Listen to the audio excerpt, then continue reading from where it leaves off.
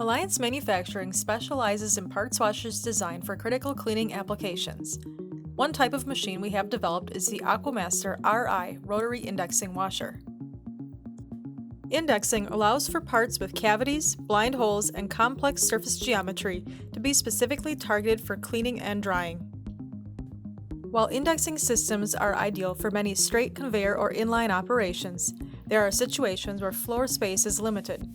Rotary indexing systems overcome this challenge by providing a single part load and unload location. An operator or a robot can place and remove the parts into a fixture for processing. Part fixtures can be designed to hold one part or multiple part configurations. Accuracy for part positioning can range from general with manual loading and unloading to precision positioning with robotic operation. Typically, a light curtain is located at the opening, which will stop the rotation of the turntable if the operator's arm or a robot is present.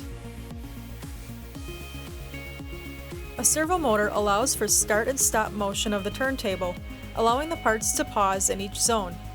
Machines can be designed with multiple process zones such as wash and blow off, or wash, rinse, and blow off.